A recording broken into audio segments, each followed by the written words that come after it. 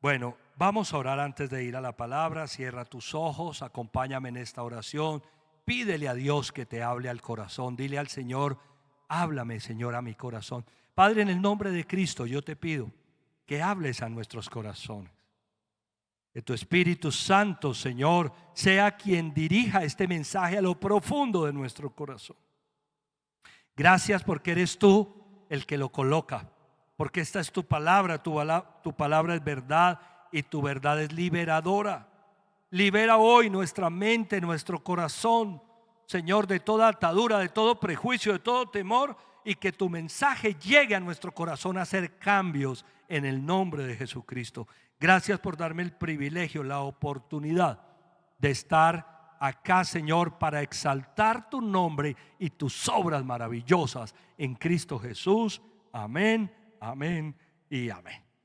Versículo 28. Dicho esto, Jesús siguió adelante, subiendo ¿hacia dónde? Hacia Jerusalén. Jesús se dirige a Jerusalén a vivir su última semana de vida. La va a vivir en Jerusalén. Allí es donde van a suceder las cosas. Él se lo ha dicho a sus discípulos. Ellos todavía no son muy conscientes, ¿no? Jesús le ha dicho: vamos a Jerusalén, donde tiene que suceder lo escrito por los profetas. Piensan que es una ida más a Jerusalén a celebrar la Pascua, seguramente, como lo hacían por costumbre.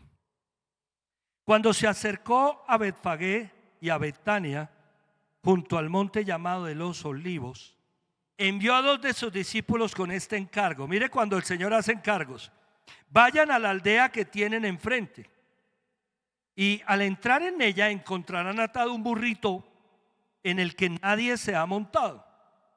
Desátenlo y tráiganlo acá. Y si alguien pregunta por qué lo desatan, díganle: el Señor lo necesita. Diga conmigo: el Señor lo necesita.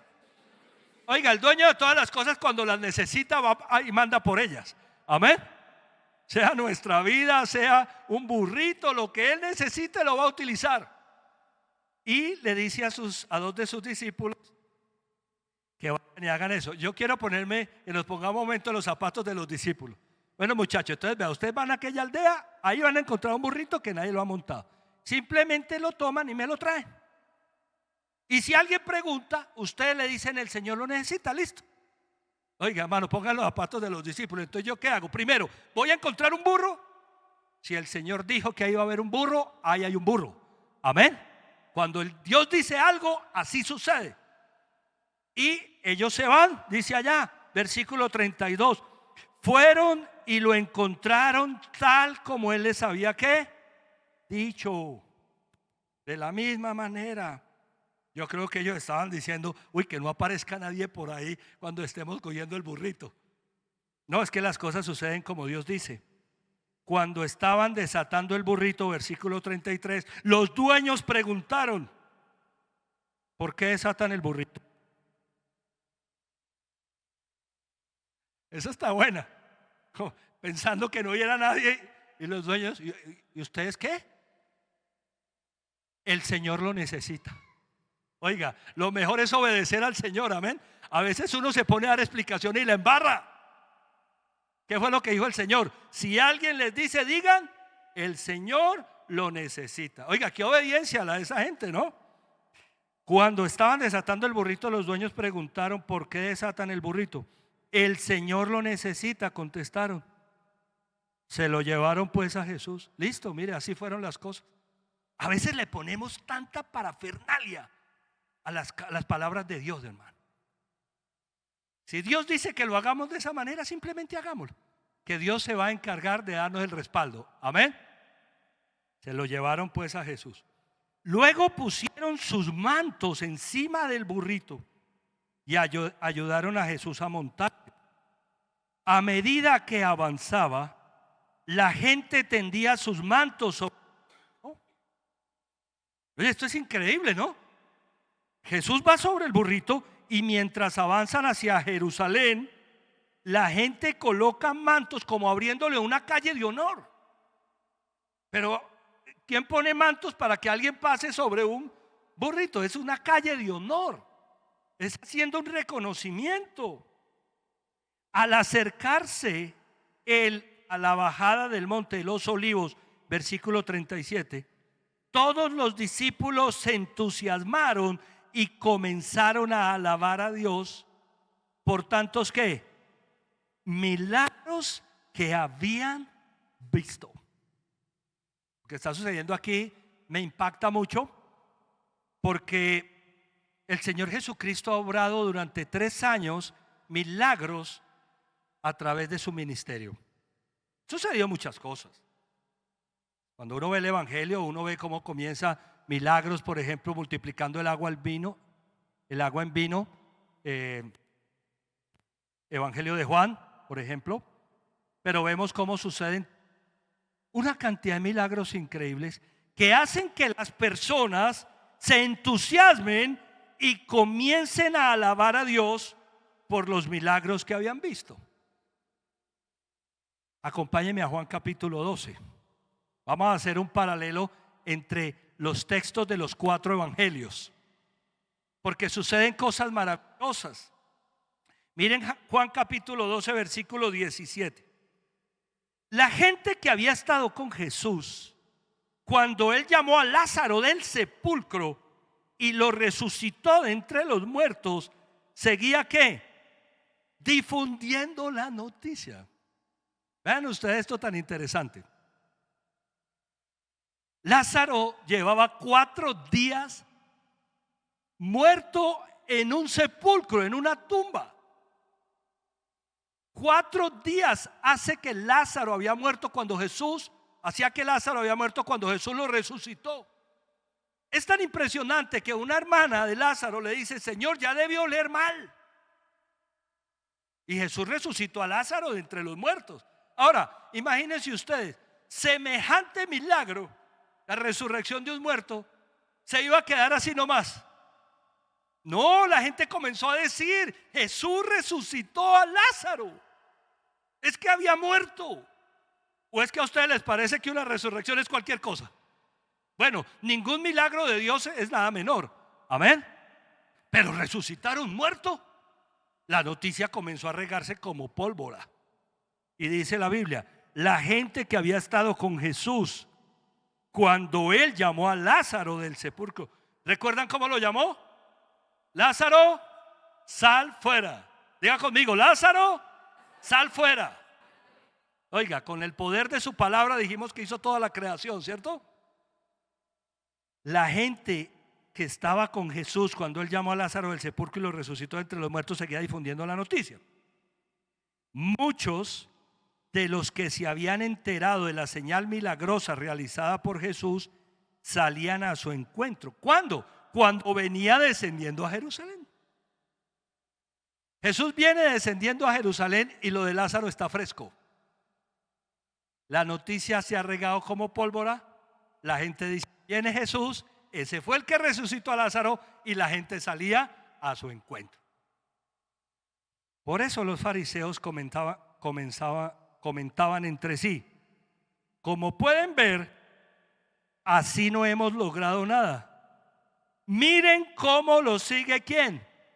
Todo el mundo. ¿Cómo lo sigue quién? La expresión es maravillosa. Oiga, todo el mundo siguió a Jesús.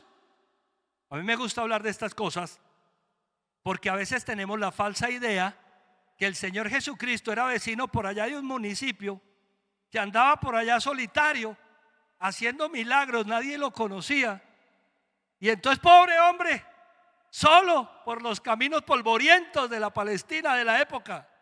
No, ningún pobre hombre solo, lo seguían multitudes, porque cuando Dios hace milagros hay multitudes detrás de esos milagros. Ahora, ¿detrás de Dios o detrás de los milagros? Esa sería la pregunta. Ojalá que fuera de Dios, pero mucha gente sigue a Jesús por ir detrás de los milagros. Ya vamos a ver que eso es lo que pasa acá. Los fariseos, preocupados por lo que Jesús está haciendo, evidencias todas de que es el Hijo de Dios, entonces dicen: no estamos logrando nada. Todo el mundo está siguiendo a Jesús. Volvamos a Lucas 19, versículo 38. Gritaban, miren lo que gritaban: bendito el Rey que viene en el nombre del Señor. Paz en el cielo y gloria en las alturas. Todas esas personas cautivadas por los milagros que Jesús ha hecho, dentro de ellos la resurrección o resucitación de Lázaro, comienzan a gritar el Salmo 118. Este es el Salmo 118. Y les voy a decir por qué. En el inconsciente colectivo de un judío de su época, el Salmo 118 era muy importante. Todo el mundo lo tenía en referencia. El Salmo 118 lo aprendían los muchachos en la escuela. Es un salmo de alabanza, se llama dentro de los salmos de alabanza el salmo de Alel, de alabanza a Dios. Vamos al Salmo 118. Salmo 118, 25.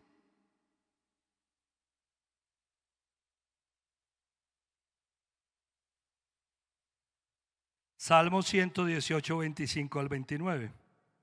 Señor, te ruego, danos la salvación. Señor, te ruego, concédenos la victoria. ¿Saben ustedes que la palabra hosana significa salva ahora? Danos la salvación, salva ya, sálvanos. Eso significa hosana. Cuando Jesús desciende a Jerusalén en el burrito y le abren calle de honor, lo que las personas están gritando es hosana.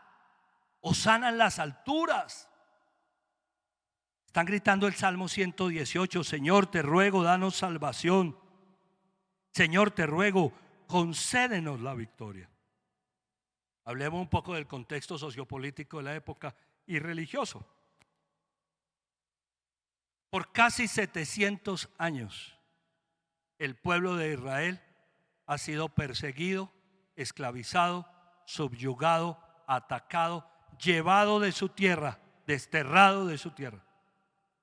Comenzó con los babilonios, después vienen los persas, después vienen los asirios, babilonios, asirios, persas, griegos, romanos. En época de Jesucristo quienes estaban eran los romanos. ¿Lo recuerdan, cierto? Procuradores romanos como Poncio Pilato.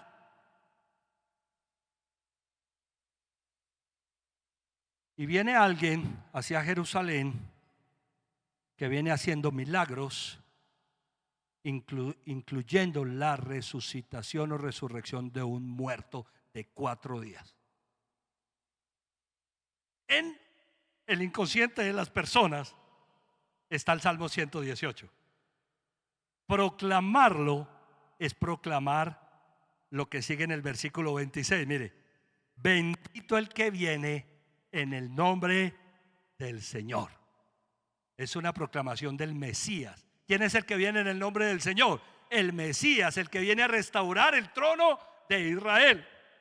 Bendito el que viene en el nombre del Señor. Desde la casa del Señor los bendecimos. Versículo 27. El Señor es Dios y nos ilumina. Con ramas en las manos, únanse a la procesión festiva hasta los cuernos del altar. ¿Sí ven de dónde salen las ramas? Era una escritura profética. Esto estaba profetizado. Los muchachos conocían el salmo, se lo aprendían en la escuela. Cuando Jesús viene montado en el burrito y le abren calle de honor, están proclamando: este es el Mesías, este es el que viene a salvarnos.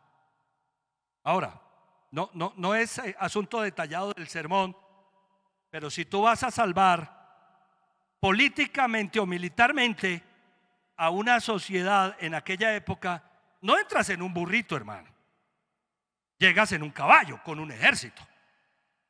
Pero lo primero que había que hacer era al interior del corazón de las personas. Ya lo vamos a ver. Versículo 27. El Señor es, si nos ilumina, con ramas en las manos, únanse a la procesión festiva hasta los del altar.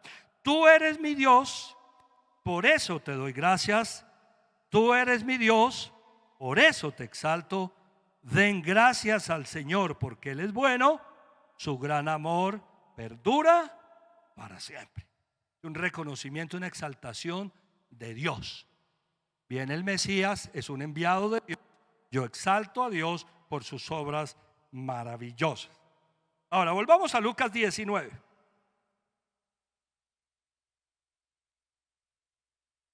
Versículos 39 y 40. Algunos de los fariseos que estaban entre la gente reclamaron a Jesús. Oiga, esto es interesante. Maestro, reprende a tus discípulos. Y Jesús les dijo: ay, sí, hombre, qué pena con ustedes, ¿no? No me había dado cuenta que estaban declarando que yo era el Mesías, ¿no? No dice eso, pero dice, pero él respondió: les aseguro que si ellos se callan, gritarán. ¿Quiénes? Las piedras, hermano. Porque si tú no reconoces que Jesucristo es el Señor, las piedras lo harán. Y a mí me impresiona lo que pueden hacer las piedras en el contexto bíblico, ¿no? Jesús dice: si ellos se callan, las piedras gritarán que yo soy el enviado, ¿no? Entonces me puse a pensar en las piedras en el Nuevo Testamento. Es que las piedras hablan. Bueno, déjenme introducir esta información.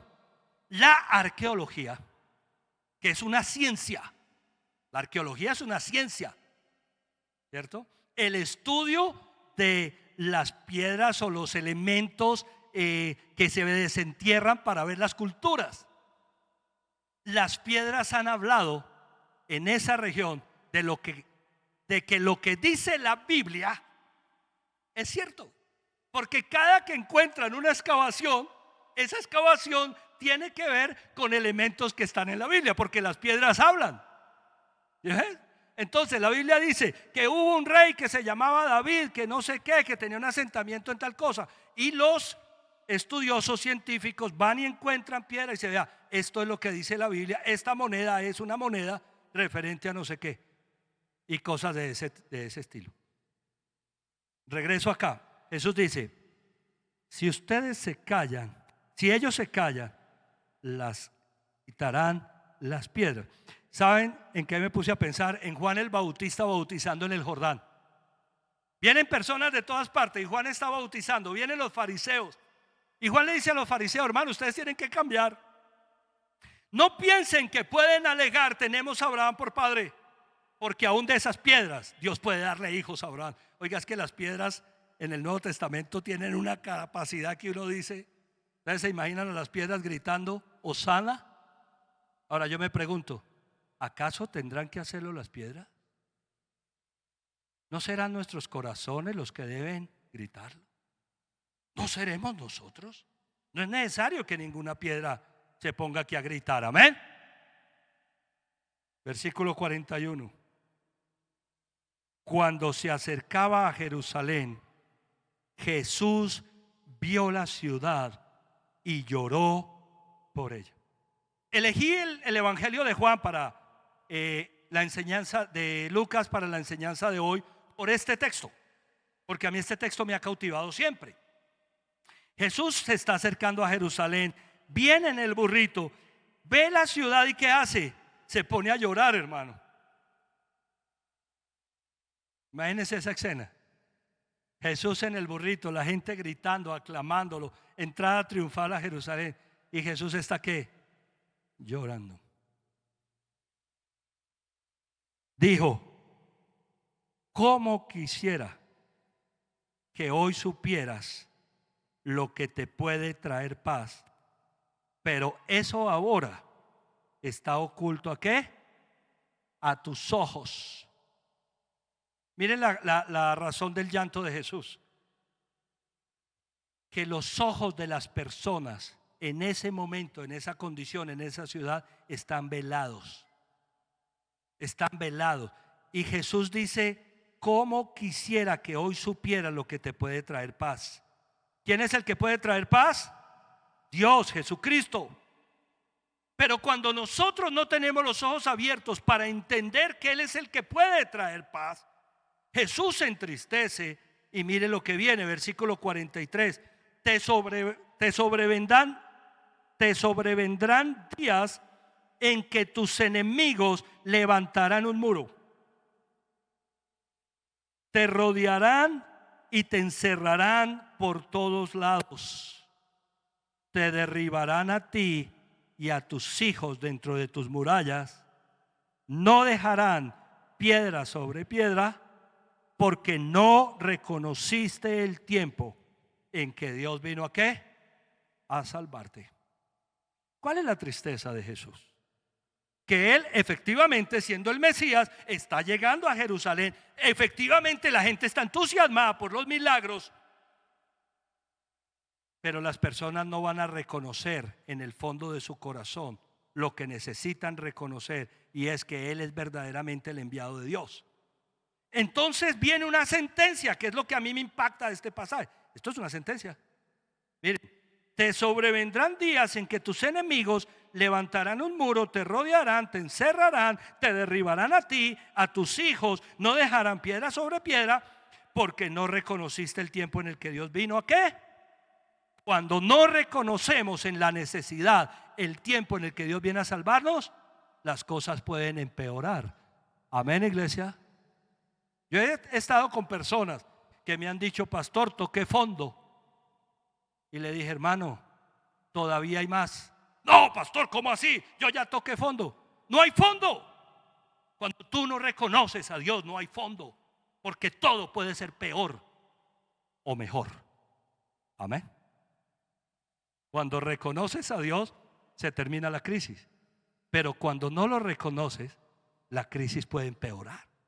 Vean, años más tarde, tal vez 30 o 40 de esta sentencia de Jesucristo, viene un ataque sobre Jerusalén terrible, porque Jerusalén fue el centro de la región. Todo pasaba por Jerusalén.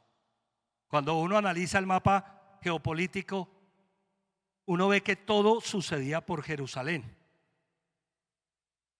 Para que ustedes se hagan una idea, en ese cercano oriente, se le llama cercano porque más allá están Irán, Irak y otras naciones, pero ese cercano oriente que es Siria, Líbano, Israel, Egipto, había un tránsito de esa zona constante que se daba marítimamente por el mar Mediterráneo. Los puertos en Israel eran muy importantes en esa época, pero que se daban políticamente porque venían los babilonios, los persas, y todas las guerras bajaban por esa región hacia Egipto. Egipto era un país muy importante, pero todo fluía por Jerusalén.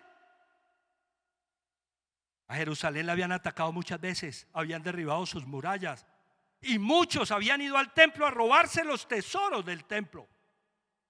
Bueno, entre el año 60 y 70 viene la destrucción de Jerusalén y la destrucción del templo de Jerusalén, que se había levantado en época de Esdras. Incendiaron la ciudad. La sentencia de Jesús fue cierta. Y esto es importante para nosotros entender hoy. Cuando el Señor viene triunfante a nuestro corazón, lo mejor que podemos hacer es dejarlo entrar. Amén. Porque reconociendo una situación potencial en nuestra vida, si no le dejamos entrar y no le damos la autoridad para que él obre, ¿qué va a pasar entonces después? Lo que sucedió con Jerusalén. Por eso este texto me impresiona. ¿Ven? Me parece muy interesante entender la tristeza de Jesús en función de lo que está sucediendo o va a suceder. Vamos a Mateo 21. Dije que íbamos a hacer un análisis de diferentes textos. Mateo 21:10. Cuando Jesús entró en Jerusalén, toda la ciudad se conmovió. ¿Quién es este?, preguntaban. Este es el profeta Jesús, de Nazaret de Galilea, contestaba la gente. Miren ustedes que cuando uno hace un análisis sistemático de la escritura, encuentra detalles. Jesús está triste porque dice: Jerusalén no reconoce el tiempo de su salvación. Pero Mateo dice que las personas estaban conmovidas. ¿Y en dónde está la discrepancia? Porque yo veo aquí la Biblia claramente hablando de que están conmovidas. La discrepancia está en que las personas se entusiasmaron por los milagros, pero no entendieron espiritualmente las circunstancias. Amén. Porque los milagros se entusiasman, pero la fe va mucho más allá de una emoción, de un sentimiento. La fe va a entregarle el corazón a Dios.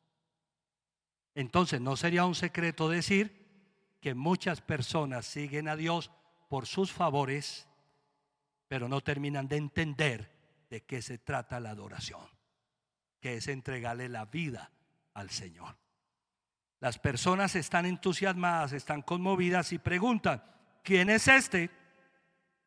Este es el profeta Jesús de Nazaret de Galilea, contestaba la gente. Y déjenme seguir hablando un poco del mapa de la región.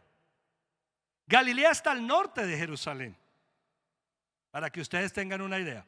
La zona de Jerusalén se conoce como la zona de Judea. Encima está Samaria y encima Galilea.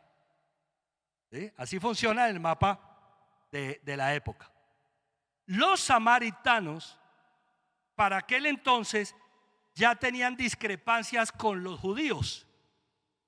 Cuando alguien bajaba de Galilea, para tener solo una idea, tenía que hacer una vuelta tremenda para no pasar por Samaria, porque no querían contaminarse con las malas prácticas de los samaritanos. Ya los samaritanos habían adoptado la idolatría, por ejemplo. Los judíos se mantuvieron fieles al Señor. Por eso es que cuando Jesús se encuentra con la mujer samaritana le dice: nuestros antepasados adoraron en este monte. ¿Sí? Y Jesús le dice: llegará la hora en que los verdaderos adoradores adorarán al Padre en espíritu y en verdad, no en ningún monte, no en ningún lugar. Pero lo interesante de esto es que este profeta viene ¿de dónde? De Galilea. Y la pregunta es: ¿un profeta viniendo de Galilea? La estirpe del pueblo de Israel estaba en Judea.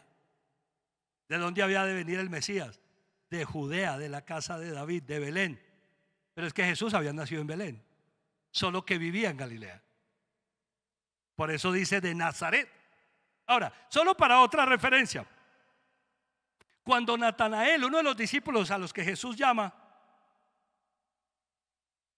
le dicen que de Nazaret viene el Mesías, Natanael dice: ¿de Nazaret? Pero qué bueno puede salir de Nazaret.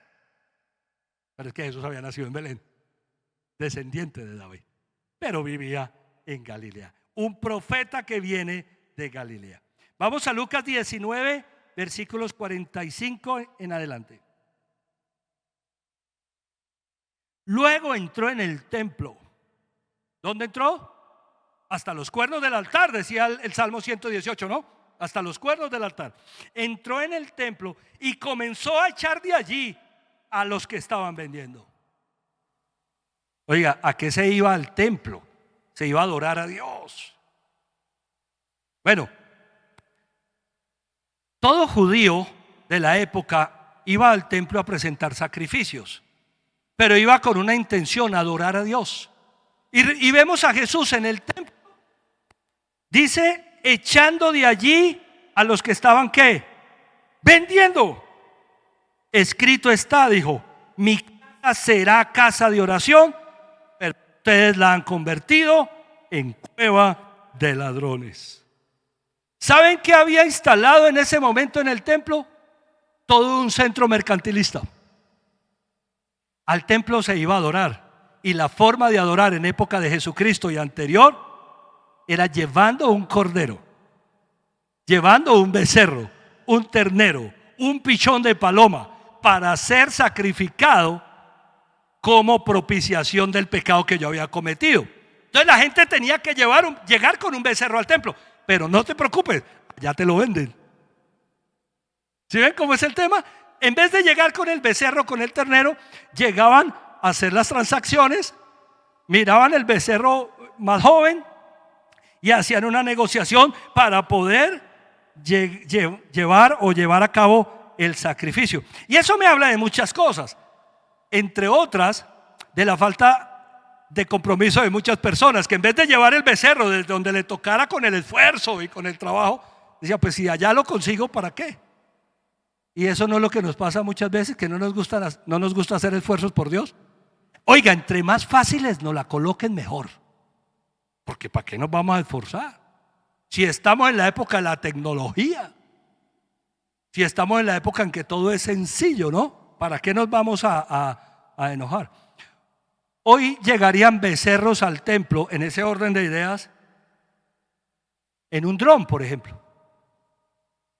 ¿Se imagina un dron con un becerro? Becerro a la orden. Aquí hay muchos comerciantes, ya estaban pensando en el negocio. ¿Qué es lo que Jesús encuentra? En vez de encontrar la actitud del corazón correcta, encuentra que hay una casa de transacciones allá. Mi casa será casa de oración, pero ustedes la han convertido en cueva de ladrones. Por eso es que él toma la decisión de sacar todas esas circunstancias que ustedes los van a ver. Tengan esta referencia para que lo vean en casa. Juan capítulo 2. A Jesús llegando al templo y sacando a todos los cambistas. Dice, volcó la mesa de los cambistas, sacó los animales grandes, bueyes que había. Oiga, hay algo que me impresiona. Cuando estudié ese pasaje en algún momento de Juan capítulo 2, dice que a los dueños de las palomas les dijo, llévense en estas palomas de acá en los corrales. No les abrió las puertas para que las palomas salieran corriendo. Porque es que el Señor también respeta nuestro corazón y quiere que nosotros tomemos decisiones. Todos los días, versículo 47, enseñaba en el templo. Oiga, todos los días enseñaba en el templo, y los jefes de los sacerdotes, los maestros de la ley y los dirigentes del pueblo procuraban ¿qué? Matarlo. Jesucristo ha llegado triunfante a Jerusalén. Y la forma en que llega Jesús a Jerusalén y llega al templo, imagínense ustedes, un profeta de Galilea llegando al templo a poner orden en el templo, y todos los días enseñaba. Porque cuando tú llegas triunfante, tienes esa posibilidad. Amén. Entonces te sientas en el templo, Jesús comienza a enseñar y dice, todos los días enseñaba en el templo, y los jefes de los sacerdotes, los maestros de la ley y los dirigentes del pueblo procuraban matarlo. Sin embargo, no encontraban la manera de hacerlo. ¿Por qué? Porque todo el pueblo lo escuchaba con gran interés. A estas alturas del partido, si me permiten la expresión, los fariseos, los maestros de la ley, estaban encartados con Jesús. Hablemos un poco de los maestros de la ley y de los fariseos. Lo que solía suceder en esta época era que los pueblos que tomaban las regiones permitían la adoración que había establecido cada sociedad, cada cultura a donde llegaban. Porque la mayoría de los pueblos eran politeístas. Los romanos eran politeístas. Adorar en Jerusalén a un Dios es el Dios verdadero, pero a un Dios es adorar a un Dios más. Entonces, ¿qué hacían ellos? El tema de culto lo respetaban. Y quienes mandaban en todos los aspectos cultuales, el templo, la adoración, eran los fariseos en época de Jesús y los maestros de la ley. Ellos eran quienes mandaban. Los fariseos eran una secta religiosa de la época que, al igual que los saduceos y los escribas, eran quienes gobernaban en la parte religiosa. Por eso los vamos a ver en Semana Santa. Ahora vienen muchas películas, ¿no?, de Semana Santa. Me parece muy interesante todas estas películas que recuerdan los hechos, pero estoy dando una información importante para que el mensaje tenga coherencia, el mensaje de las películas. Cuando tú ves a los fariseos bravos con Jesús, están bravos porque es que Jesucristo es el Mesías y el pueblo lo está declarando Mesías, pero ellos no lo están reconociendo como Mesías. Y ustedes me perdonan, pero si yo soy el dirigente religioso de la época y el pueblo está diciendo: este es el Mesías, yo soy el sacerdote y yo no lo reconozco. Entonces, ¿cómo así? No, es que es el que yo diga. Pero no era el que yo dijera, era el que Dios dijera. Amén. Están encartados con Jesús. Dicen: no encuentran la manera de matarlo, porque todo el mundo lo escuchaba con gran interés. Entonces vamos a Marcos 11. Marcos 11, 18.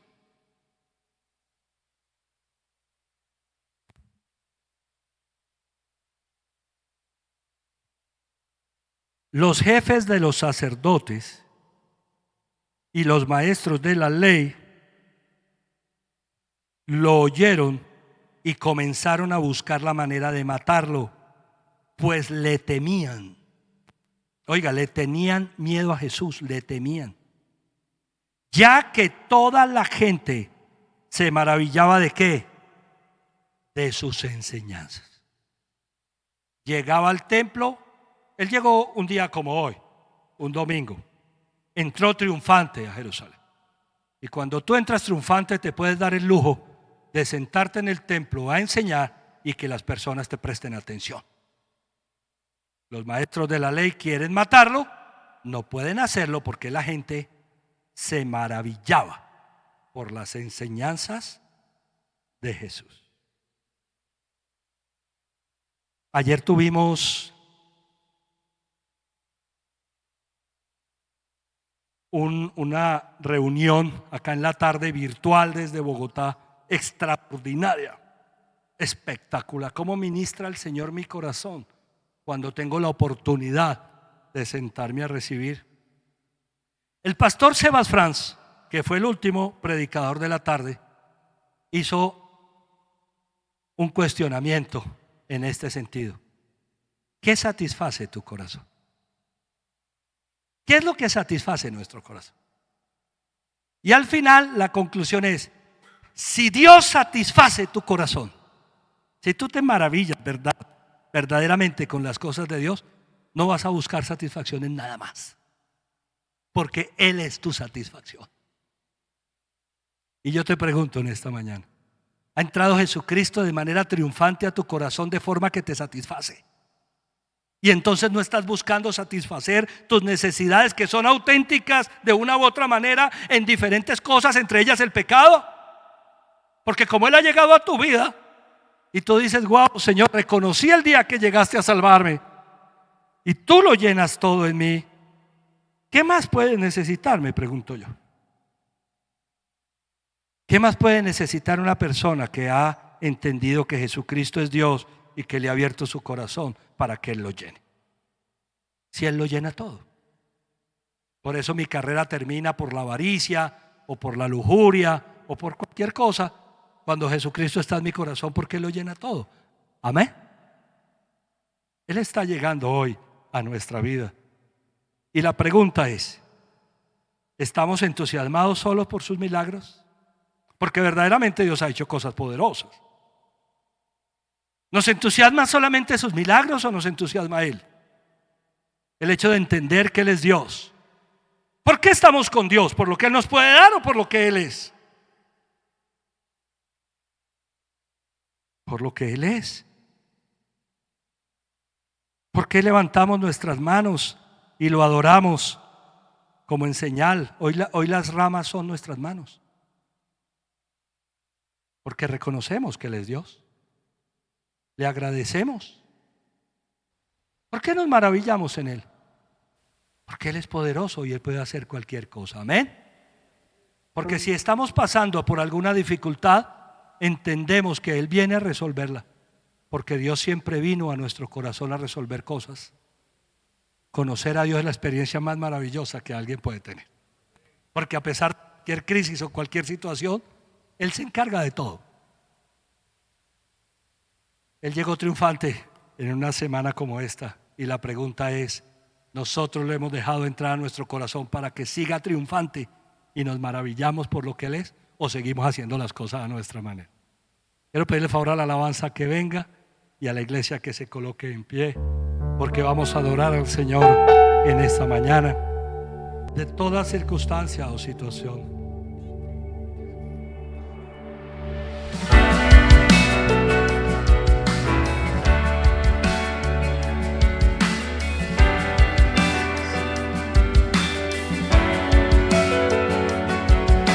Señor, salva ahora.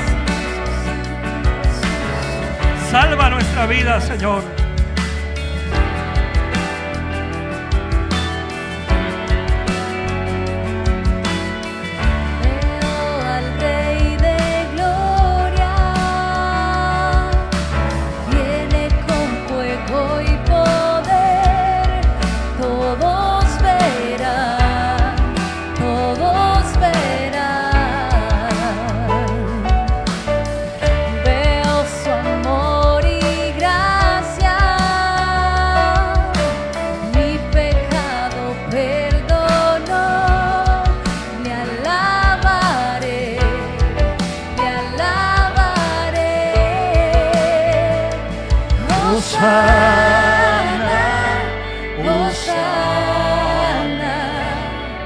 Hosana en las alturas, Hosana, Hosana, Hosana en las alturas. Salva ahora, Señor. Veo cómo se levanta una gran generación con compasión, con compasión. Veo avivamiento al postrarme y adorar. Me postraré, me postraré. Hosana, Hosana, Hosana en las alturas. Hosana, Hosana, Hosana en las alturas. Sí, Señor, sálvame, Señor. Dile, salva mi casa, salva mi vida, salva mi corazón, salva mi familia, mi hogar.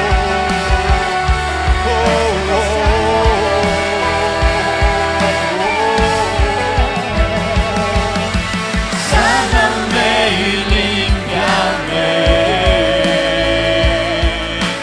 con mis ojos tus obras quiero ver, quiero amarte como tú me amas.